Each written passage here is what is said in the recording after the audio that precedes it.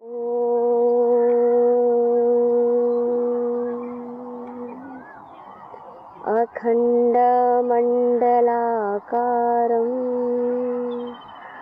व्याप्तं येन चराचरं तत्पदं दर्शितं येन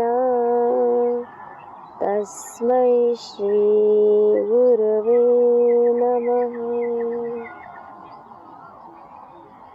ॐ कृष्णाय वासुदेवाय हरये परमात्मने प्रणतः क्लेशनाशाय गोविन्दाय नमो नमः। गीता स्वाध्याय में आप सभी भक्तजनों का हार्दिक स्वागत है। तो आइए सज्जनों, हम सभी श्रीमद् भगवद गीता के इस गीता स्वाध्याय को इसी क्रम में आगे बढ़ाते हैं। अभी तक हमने ये देखा था कि सांख्य योगी जो होता है वह किस प्रकार से इस संसार में रहते हुए अपने कर्मों का निष्पादन करता है। देखिए सज्जनों, श्रीमद् भगवद गीता हमें इस संसार में रहना सिखाती है। इस संसार में कर्म तो सबको करना ही है। कोई भी ऐसा व्यक्ति नहीं है जो कर्म से दूर रह सके। इस शरीर का यापन करने के लिए, जीवन यापन करने के लिए हमें कर्म की तो आवश्यकता होती है। लेकिन योगेश्वर कह रहे हैं जब कर्म करना ही है तो किस भांति करना है, वह योगेश्वर जी हमको जागृत कर रहे हैं। क्योंकि इस अध्याय का नाम ही है कर्म संन्यास योग, अर्थात कर्मों को करते हुए कैसे मनुष्य कर्मों से अलिप्त रहे, यह इस अध्याय में मुख्य रूप से बताया जा रहा है। योगेश्वर अर्जुन को कह रहे हैं, क्योंकि अर्जुन के समक्ष जैसे ही ये स्थिति आई कि उसके स्वजन समक्ष आए तो युद्ध करने से मना कर देता है। तो भगवान उसको समझा रहे हैं कि हे अर्जुन, आप कोई मारने वाले नहीं हो, मारने वाला तो कोई और ही है। केवल आपको तो एक निमित्त मात्र परमपिता परमात्मा ने बनाया है। इसलिए अपने कर्मों का निष्पादन करो और उससे अलिप्त रहो। इसी गीता स्वाध्याय के क्रम को हम आगे बढ़ाते हैं। उससे पहले हम एक जागृत श्लोक की हम व्याख्या देखते हैं कि मनुष्य को सब कुछ पता होता है, लेकिन फिर भी वह, जैसा योगेश्वर कह रहे हैं कि इस प्रकार से अपने कर्मों का निष्पादन करो, इस प्रकार से संसार में व्यवहार करो, क्यों नहीं कर पा रहा है। तो इससे पहले महर्षि भर्तृहरि का एक वैराग्य शतकम का श्लोक है। इस श्लोक के माध्यम से जागृत किया गया है। वो जागृत कर रहे हैं कि मनुष्य को पता है, फिर भी वो एक अज्ञान रूपी जो निद्रा है उसमें सोया हुआ है। क्या कहते हैं महर्षि भर्तृहरि जी? आयुर्वर्ष शतम नृणां परिमितम् रात्रौ तदर्थं गतं तस्यार्धस्य परस्य चार्धमपरं बालत्ववृद्धत्वयोः शेषं व्याधिवियोगदुःखसहितं सेवादिभिर्नीयते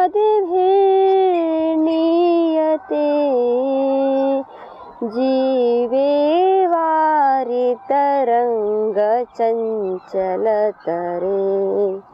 सौख्यं कुतः प्राणिनां सौख्यं कुतः प्राणिनां। इस श्लोक का भावार्थ हम देखते हैं। इस श्लोक के माध्यम से हालांकि मनुष्य को पता होता है, फिर भी हम एक तरह से सोए हुए होते हैं। महर्षि भर्तृहरि जी जगा रहे हैं, बता रहे हैं कि लगभग मनुष्य के पास इस संसार में 100 वर्ष की आयु होती है। और आजकल तो जैसा हमारे आसपास का वातावरण है, जैसा हमारा खान पान है, जैसी हमारी दिनचर्या है, उसके हिसाब तो ये कोई गारंटी नहीं है कि हमारी 100 वर्ष की आयु हो सकती है। भर्तृहरि जी बता रहे हैं कि मनुष्य के पास 100 वर्ष की आयु होती है। तो हमने कहा कि आज के जो हमारा आज का जो वातावरण है वो तो कितने साल पहले, कितने वर्षों पहले महर्षि भर्तृहरि जी ने बताया। लेकिन आजकल हमारी जैसा हमारा लाइफस्टाइल है, जैसा हमारी दिनचर्या, जैसा कि हम आजकल जैसा वातावरण है, अगर मनुष्य योग की शरण में नहीं आएगा तो वो 100 वर्ष जी सकता है, ऐसी कोई गारंटी नहीं है। तो अगर 100 वर्ष तक जीना है स्वस्थ रहते हुए तो योग की शरण में आना होगा। तो महर्षि भर्तृहरि जी हम बता रहे हैं कि लगभग मनुष्य के पास 100 वर्ष की आयु होती है। तो अब बता रहे कि वो 100 वर्ष की आयु कहाँ कहाँ बीत जाती है, जब मनुष्य सजग नहीं होता है, जब वह जीवन के प्रति उसको पता नहीं होता कि जीवन कितना मूल्यवान है, तो मनुष्य की आयु कैसे बीत जाती है वह बता रहे हैं। तो देखिए क्या कहते हैं, आयुर्वर्ष शतम नृणाम, कि मनुष्य के पास लगभग 100 वर्ष की आयु मानी गई है, और वह भी परिमृतम, और कैसा, रात्रौ तदर्थम गतम, अर्थात मान लो हमारे पास 100 वर्ष की आयु है, उसमें से महर्षि भर्तृहरि कहते हैं कि वह आधी आयु तो 50 वर्ष तो उनकी सोन में बीत जाती है, रात्रि में। और आय कहते हैं तस्यार्धस्य परस्य च आर्धम अपरम, और जो आधी है अर्थात जो बचे 50 वर्ष किसमें बीत के, सोने में, और जो बचे 50 वर्ष उनमें से भी जो 25 वर्ष हैं, तो कहते हैं महर्षि भर्तृहरि जी कि उनमें से जो 25 वर्ष है वो तो बालावस्था और वृद्धावस्था में बीत जाते हैं। कि बालावस्था में हमें कुछ अबोध नहीं, हम अबोध होते हैं, हमें कुछ ज्ञान नहीं होता जीवन के विषय में। अगर हमें ऐसा वातावरण ना मिले हो कि हमारा जीवन कितना महान है, तो फिर महर्षि भर्तृहरि जी कह रहे हैं कि उसमें से 50 वर्ष सोने में गए, 50 में से अब बचे 50, उसमें से भी 50 वर्ष आपके जो बाल अवस्था होती है जब तक आप अबोध होते हैं, और जब वृद्ध अवस्था होती है हम कुछ कर नहीं पाते हैं, ऐसे चले जाते हैं। अब बचे और 25 वर्ष, 76 वर्ष तो हमारे समाप्त हो चुके हैं। अब कहते हैं और जो बचे जो आपके 25 वर्ष है वो क्या जाते हैं, वो जाते हैं उनका आपका रोग वियोग संसार में ही चले जाते हैं। अर्थात जिसके लिए परमपिता परमात्मा ने हम सभी मनुष्य को इस संसार में भेजा कि हम अपने इस चित्त के द्वारा, इस मन के द्वारा ऐसे कर्मों का निष्पादन करें जो हमारे चित्त की शुद्धि करने वाले हो। और देखो, बिना चित्त की शुद्धि किए, बिना मन की शुद्धि किए तो मनुष्य कोई भी उस परमपिता परमात्मा के उस आनंद को, उसको तो छू ही नहीं सकता है। सबसे प्रथम जो एक मनुष्य के लिए शर्त है वह क्या है, वह स्वयं मर्यादा पुरुषोत्तम भगवान श्री राम कहते हैं, निर्मल मन मन सोई मोहि पावा, मोहि कपट छल छिद्र न भावा। कि उस परम पिता परमात्मा के आनंद को उसके कौन प्राप्त कर सकता है, तो कहते हैं निर्मल मन जन सोई मोहि पावा, कि जिसका मन पूर्ण रूप से काम क्रोध लोभ मोह अहंकार जितनी भी वासनाएं हैं सबसे हट चुका है, जिसका निश्चय केवल एक परमपिता परमात्मा हो चुका है, तो वही मनुष्य परमपिता परमात्मा के जो आनंद है परमपिता परमात्मा को प्राप्त कर सकता है। क्योंकि कहा मोहि कपट छल छिद्र न भावा, लेकिन जो मनुष्य जिसके अंतःकरण कपट से, छल से, काम क्रोध लोभ मोह अहंकार से भरा हुआ है, वो कैसे प्राप्त कर सकता है। भाई हम एक पात्र में, अपने मन में, हम तभी अपने चित्त में हम उस परमपिता परमात्मा की भक्ति प्रेम को स्थान दे सकते हैं जब हमारा मन काम क्रोध लोभ मोह अहंकार से, तृष्णा से, कपट से, छल से रहित हो। पहले से हमारे मन में सब कुछ भरा हुआ, तो कहाँ से भगवान का प्रेम, कहाँ से भक्ति आएगी। जैसे हमें कुछ पात्र में कुछ लेना है और उस पात्र में पहले से ही कुछ भरा हुआ है, तो हम उसमें कुछ और डालना चाहें। एक पात्र है, उसमें मान लो कूड़ा करकट भरा हुआ है, लेकिन हमें उसमें क्या डालना है, दूध डालना है।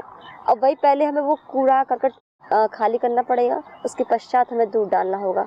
तो ऐसे ही उस परमपिता परमात्मा की जो भक्ति है, जो प्रेम है, जो रस है, उसकी जो आनंद है, वह तभी इस अंतःकरण में प्रकट हो सकता है सज्जनों, जो हम अपने अंतःकरण से जो काम क्रोध लोभ मोह अहंकार, जो छल कपट जो हमारे अंतःकरण में पूर्ण से भरे हुए हैं, एक तरह से वो हमारे अंतःकरण के कूड़ा करकट तो हैं। जब उनको हटा देंगे तो फिर हम उसके आनंद को प्राप्त कर सकते हैं। तो योगेश्वर जी वही युक्ति बता रहे हैं। क्या कह रहे हैं कि संसार में आना है, अपने चित्त की शुद्धि करनी है। भाई चित्त की शुद्धि करनी तो है, लेकिन कैसे। देखो, हमने पहले भी इस पर विचार किया योगेश्वर जी की यही एक मुख्य धारा है कि संसार में रहना है तो कर्म तो करना है। भाई कर्म कैसे करना है वो सिखा रहे हैं कि कर्म करने की विधि क्या है। तो कहते हैं योगेश्वर जी, हे अर्जुन, जो तुम अभी कर्म करने से, अभी जो आपके समक्ष जो युद्ध रूपी जो कर्म है उसको मना कर रहे हो, मैं नहीं करूँगा, नहीं, ये गलत है। अपने कर्मों का निष्पादन कैसे करो, तो देखिए, आइए योगेश्वर जी की पवित्र इस दिव्य वाणी को हम श्रवण करते हैं। योगेश्वर जी कहते हैं, हे अर्जुन, ब्रह्मण्याधाय कर्माणि संगम त्यक्त्वा करोति यः लिप्यते न स पापेन पद्मपत्र इमाम्भसा। योगेश्वर जी कह रहे हैं, देखो, कुछ मनुष्य जब सजग हो जाते हैं जीवन के प्रति, तो उनकी कुछ ज्ञान में एक त्रुटि हो जाती है। वो क्या सोचते हैं कि शायद ये जो कर्म है यही बंधन के कारण है, तो वो सोचते हैं कर्मों को ही त्याग दो। वे जो कर्म ही हमें काम, क्रोध, लोभ, मोह, अहंकार में डाल रहे हैं, जब हम छल कपट कर रहे हैं, कर्मों के माध्यम से ही कर रहे हैं, वह सोचते हैं इससे अच्छा तो यही है कि हम कर्मों को छोड़ दें। तो योगेश्वर जी कह रहे नहीं, कर्मों को नहीं छोड़ना है, कर्मों में जो आसक्ति है उसको छोड़ना है। तो उसी के लिए श्लोक है। तो योगेश्वर जी कहते हैं, अर्जुन, ब्रह्मण्य आधाय कर्माणि संगम त्यक्त्वा करोति यः, कि जो मनुष्य, क्योंकि उसे पता है संसार में है, चाहे वो कोई भी मनुष्य हो, कोई भी साधक हो, चाहे वो गृहस्थी हो, चाहे वो वानप्रस्थी हो, चाहे वो सन्यासी हो, चाहे वो एक विद्यार्थी हो, कोई भी हो, इस संसार में जितने भी कर्म है, किसी भी कर्म का निष्पादन करने वाला कोई भी साधक हो सकता है।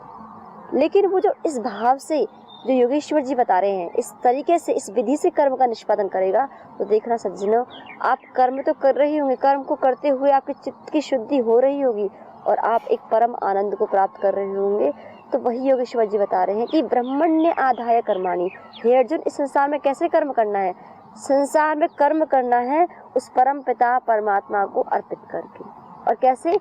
संगम त्यक्त्वा करोति है। और कैसे करना है? आसक्ति को छोड़कर। कर्म में जो आसक्ति है, कर्म का निष्पादन करना, क्योंकि हमारा कर्तव्य है, लेकिन आसक्ति क्या होती है कि उसका फिर फल क्या होगा उसी, क्योंकि योगेश्वर जी बार बार इस बात को बताते हैं कि कर्म का निष्पादन करो, लेकिन कर्म के फल का त्याग करो, अर्थात कर्म के फल में जो आसक्ति है उसको छोड़ो। यही योगेश्वर जी बार बार बताते हैं। कहते हैं, ब्रह्मण्याधाय कर्माणि संगम त्यक्त्वा करोति यः।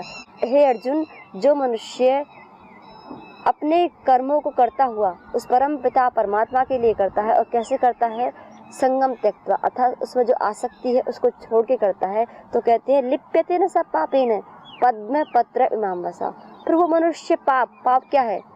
वे काम, क्रोध, लोभ, मोह, अहंकार, हमारे कर्म करने के पश्चात हमारे अंतःकरण में और ऐसे काम, क्रोध, लोभ, मोह, अहंकार, राग, द्वेष के, छल कपट के जो संस्कार बन जाते हैं, उन पापों से वो बच जाता है।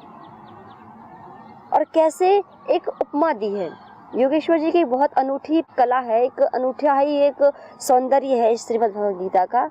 एक तो सौंदर्य है कि वो बार बार उपमा देते संसार की, ये जो संसार में हम देखते हैं, जिससे कि क्योंकि जो मनुष्य होता है उसकी एक स्थूल बुद्धि होती है, उस सूक्ष्म बातों को इतनी जल्दी एकदम से समझ पाता है। तो योगेश्वर जी उपमा देके इस संसार के माध्यम से इसको समझाना चाह रहे हैं। योगेश्वर जी कहते हैं, अर्जुन, जैसे एक आपने कमल का पत्ता देखा होगा, कमल का पत्ता कीचड़ में खिलता है, पानी में रहता है, लेकिन फिर भी उसके ऊपर जो पानी का एक बूंद भी कोई असर नहीं डाल पाती है, पानी की बूंद उसके ऊपर ठहर नहीं पाती है। जैसे कि एक कमल का पत्ता जल में रहते हुए भी उस जल के प्रभाव से निर्लिप्त रहता है, ऐसे ही योगेश्वर जी कह रहे हैं, हे अर्जुन, तुम भी इस संसार में रहते हुए, इस संसार में कर्मों का निष्पादन करते हुए, लेकिन कर्मों के करने के पश्चात जो पाप कर्मों का, पाप संस्कारों का संचय करता है, उससे आप सर्वथा अलग हो जाओगे।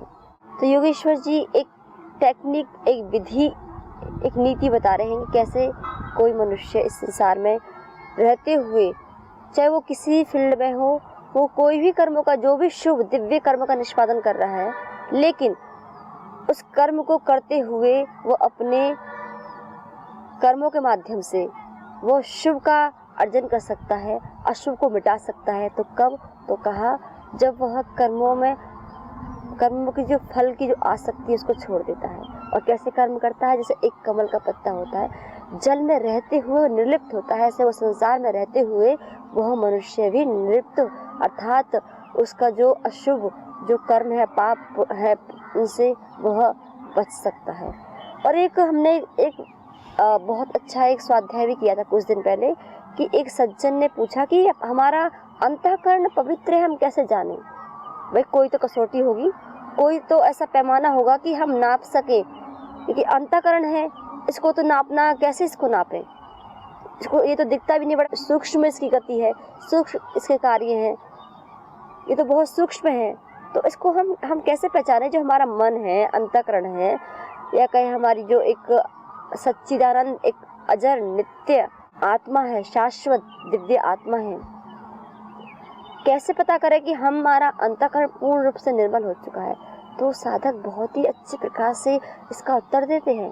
क्या बताते हैं कि जानी है तब ही जीव जब जागा, जब विषय विलास विरागा। कि कहा कि हे मुनिवर, हमें बताइए कि हम कैसे जाने कि मनुष्य का, इस मनुष्य एक अमुक साधक का अंतःकरण पूर्ण रूप से पवित्र हो गया है। तो कहा कि जानिए तब ही जीव जब जागा, कि मैं आपको बताता हूँ कि कब एक साधक के अंतःकरण का पैमाना हम कह सकते हैं कि हाँ, इसका अंतःकरण पूर्ण रूप से निर्मल हो गया है। कब? तो कहते हैं जब विषय विलास विरागा, जब इसके अंतःकरण से आपको ये लगे ना कि सारी विषय, जो भी कर्मों के फलों की जो आसक्ति है वो हट चुकी है, केवल वो भगवान अर्पित बुद्धि भाव से कर्म करता है, उस परम पिता परमात्मा के लिए कर्म करता है, उसकी प्रसन्नता के लिए कर्म करता है, अपने चित्त की शुद्धि के लिए कर्म करता है। और वो कर्म करता है अपने कर्तव्य कर्म मान के कर्म करता है। कर्म तो कर रहा है लेकिन उसका श्रेय अपने आप को नहीं दे रहा है, अपने आप को केवल निमित्त मात्र मान रहा है। उन सारे कर्मों को करने का जो सामर्थ्य है, जो शक्ति है, जो ऊर्जा है, वह केवल उस परम पिता परमात्मा से मिल रही है। जब इस भाव से करता है और जब उसका सारे संसार में जो भी संसार में रहेगा, कर्मों का निष्पादन करेगा, लेकिन उसमें उसकी आसक्ति नहीं होगी, उससे वो अलग रहेगा, तो समझ लेना कि इस व्यक्ति का अंतःकरण पवित्र है, इसका जीवन बहुत ही पवित्र है। यह अपने जीवन में पुण्यों का अर्जन कर रहा है, ये अपने चित्त को पूर्ण रूप से पवित्र बना चुका है। इसका उद्देश्य केवल और केवल भगवत प्रेम ही है। तो सज्जनों, साधकों, हर एक मनुष्य चाहता है कि हम जीवन में एक शांति की अनुभूति करें। क्यों? हर एक का ये मनोकामना होती है।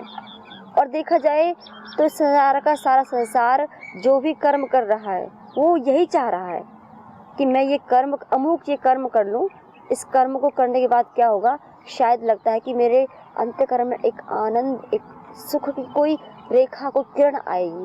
लेकिन ऐसा होता नहीं है सज्जनों, बल्कि हम वो जो कर्म कर रहे होते हैं, कर्म करने के पश्चात हम वही हताश निराश रहते हैं। नहीं, फिर हमको लगता नहीं, अब इस अमुक वस्तु को खाने से, अमुक ये चीज़ को लेने से, अमुक व्यक्ति के पास जाने से, उसका संग करने से हो सकता है हमें ये जो एक हम चाह रहे हैं, एक अलौकिक एक आनंद, जिसको पाकर हम कभी हमको ना लगे कुछ और पाना शेष रह गया, हमको लगता है कि नहीं, फिर ऐसा करेंगे हो सकता है ये हमें सुख मिल जाएगा, फिर भी नहीं मिल पाता है। लेकिन सुख का जो मार्ग है, सुख का जो रास्ता है, सुख की जो विधि है, वह योगेश्वर जी हमको इसमें बता रहे हैं। क्या?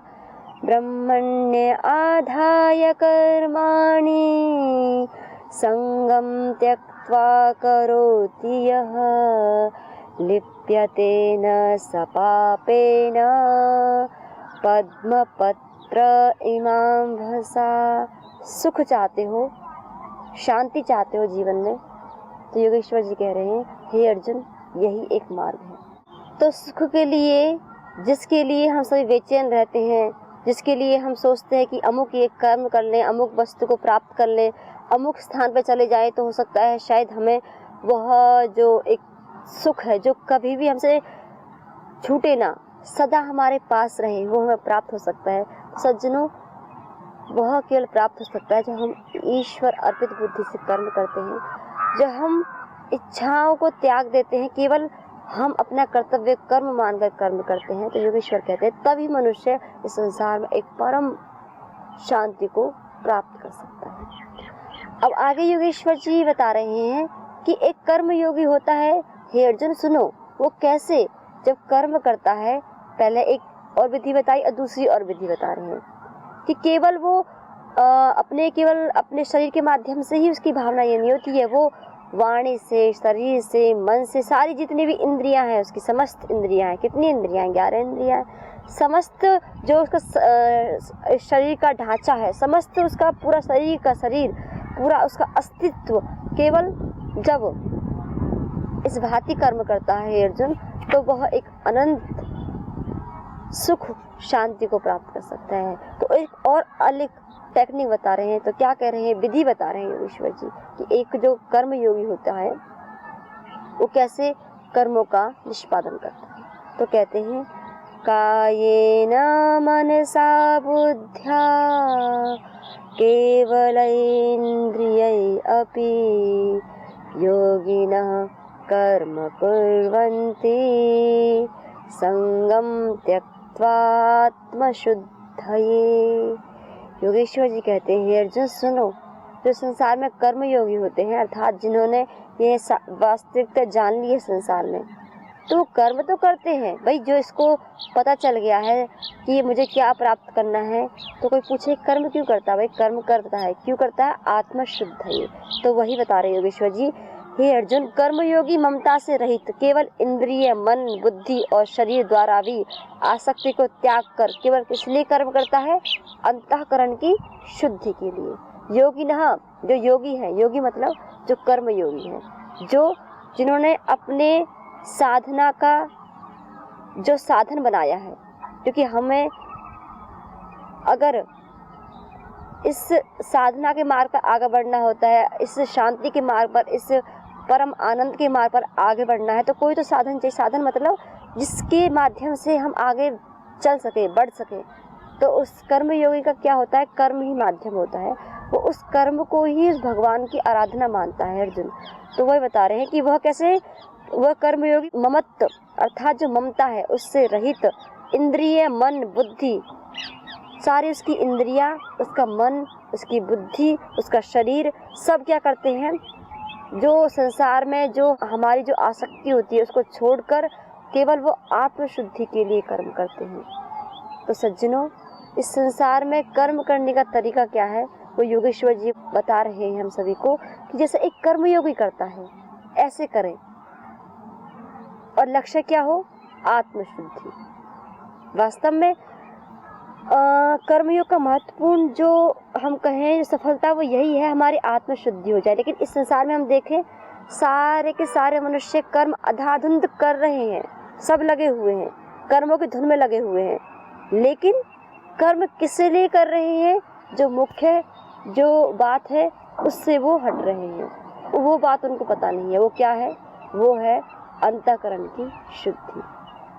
तो आइए सज्जनों, हम सब भी उस परम पिता परमात्मा से यह निवेदन करें, यह प्रार्थना करें, हे योगेश्वर हमें भी ऐसी वह शक्ति दो, वह ऊर्जा दो कि हम भी मन, बुद्धि, शरीर, वाणी, इंद्रियों से, ये सारा का सारा हमारा अस्तित्व केवल और केवल किस लिए कर्म करें, अपने अंतःकरण की शुद्धि के लिए कर्म करें। इसमें जो आसक्ति है उसको हम त्याग दें, क्योंकि देखो जीव के पास वो सामर्थ्य नहीं है कि वो बिना उस परमपिता परमात्मा की कृपा के, गुरुदेव के आशीर्वाद के बिना कोई भी मनुष्य अपने जो दोष है वह नहीं मिटा सकता है। तो इस अपने दोषों को मिटाने का परम पिता परमात्मा की शरणागति में जाएं, गुरुदेव की शरणागति में जाएं, उनसे ही निवेदन करें कि हे गुरुदेव, हे परमात्मा, हमारे अंदर ये दोष हैं, हमारे दोष मिटा दीजिए। मैं आपका सच्चा एक बंदा बनना चाहता हूँ, मैं सच्चा आपका एक भक्त बनना चाहता हूँ, इसके लिए आप मुझ पर कृपा करें। तो आइए सज्जनों, हम सभी भी उस परम पिता परमात्मा से यह निवेदन, यह प्रार्थना करें कि हे योगेश्वर, हमारा जीवन भी ऐसा बना दीजिए, हमारा सारा अस्तित्व अपने कर्मों से माध्यम से हम आपकी वंदना करें, हम आपकी आराधना करें, हम आपकी पूजा करें। हम योगेश्वर जी की आज इस दिव्य वाणी को यहीं विराम देते हैं। पुनः हम विचार करेंगे कि योगेश्वर जी एक साधक के जीवन को और उच्चतम बनाने के लिए, उसको एक परम आनंद तक पहुंचाने के लिए और किन साधनों की इस श्रीमद् भगवद गीता में व्याख्या करते हैं। तो इसी क्रम को योगेश्वर जी की परम दिव्य वाणी को हम यहीं विराम देते हैं। आप सभी को ओम।